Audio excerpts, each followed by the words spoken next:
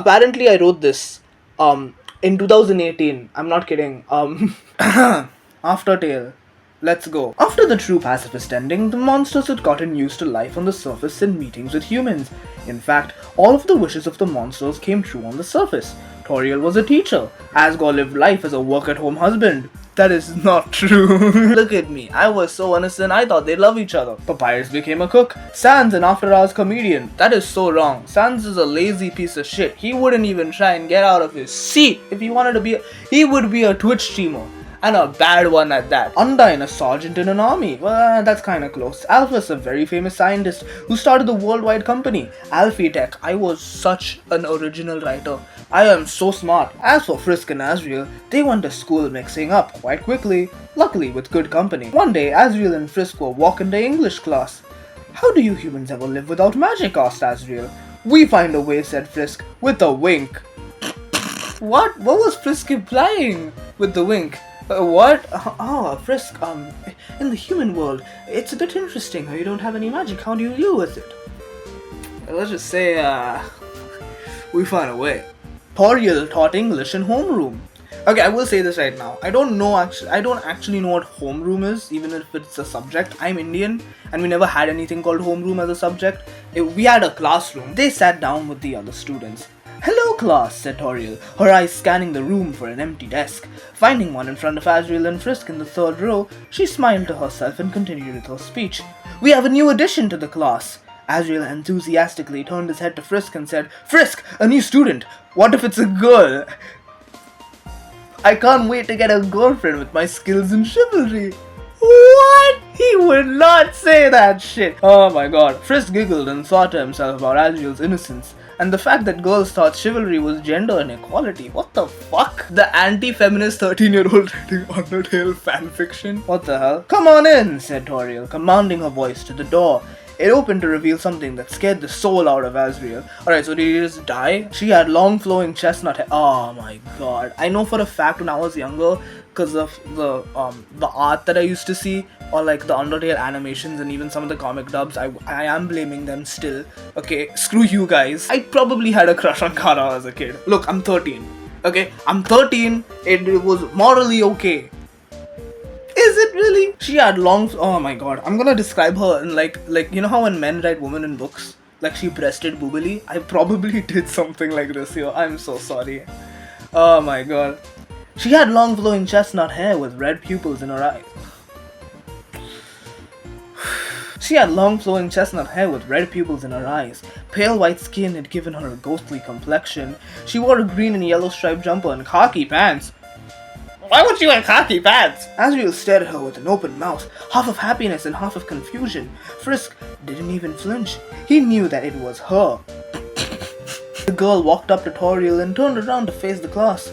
Toriel looked down at her, while a tear rolled down her cheek. Oh my god. Chara Dreamer, she spoke, looking towards the class, especially at Frisk and Asriel, who had to live with the shock.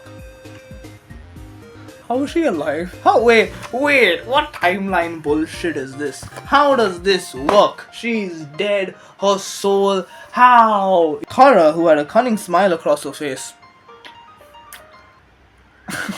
What the fuck was I doing? Promptly sat between Frisk and Asriel. Frisk, who was still unmoved by the shock, looked forward at the clock and waited for the school day to end. Ooh, the shock and the clock. Oh, and the cock. They did not start talking. I know you're in class, but realistically, you're gonna see someone you haven't seen in a while. And you'd be like, oh, what are you doing? Asriel really sat his ass down and did nothing. It was finally 2:15 p.m. The students were ecstatic to get out of their seats. The bell rang and the entire school had been sent wings by God to gain the power to launch themselves into the comfort of their homes. What? I was trying so hard to be cool and unique.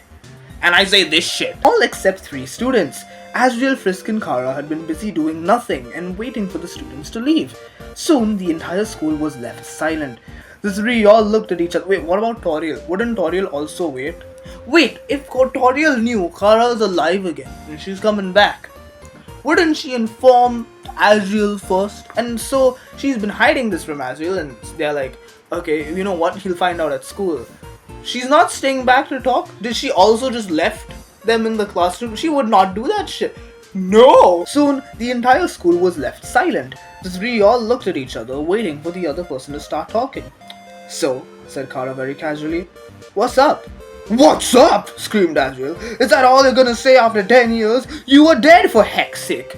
Oh, heck's sake. Yeah, mods, put up the heckin' chonker and give me a fedora. Mod Monday, Mashreema. How did you come back? Chara just smiled and looked at Frisk. Well, said Frisk, in a matter-of-fact-like voice, 'cause he's freaking smart, that's freaking right. She only comes back when a genocidal maniac is on the loose, and that person is probably killing people now. Is that a good thing then, that she's back? Then probably, if you see she's back, you'll have like a moment, and you'll be like, oh, but someone's killing people. That's not a good thing. Azrael was dumbfounded, but he knew one thing. Chara would go back to her grave once the maniac stopped his killing spree. I won't be gone when this massacre stops, said Chara, implying that she read Azrael's mind. I'll just be immortal till it's over. Wow, kind of a good conflict. How do I screw this up? Let's think. Frisk had been focused on Chara's speech, but he did notice that she still looked beautiful after being dead for 10 years. What? Wow, Frisk was sitting there admiring the view. That's me. I'm gonna just say that I wrote that shit. I was so horny for a potato chip shaped woman.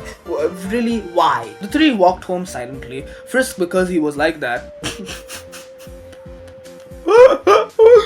Azrael because he was in shock of Chara's return, and Chara because she was looking at the town and feeling proud that she was alive and well again.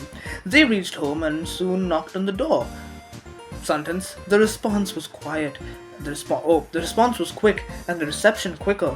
Toriel immediately hugged them and ... That's where the page goes blank, baby. Alright. That's the second channel content. Smack cam. Bitch, I hope the fuck you do. You'll be a dead son of a bitch. I tell you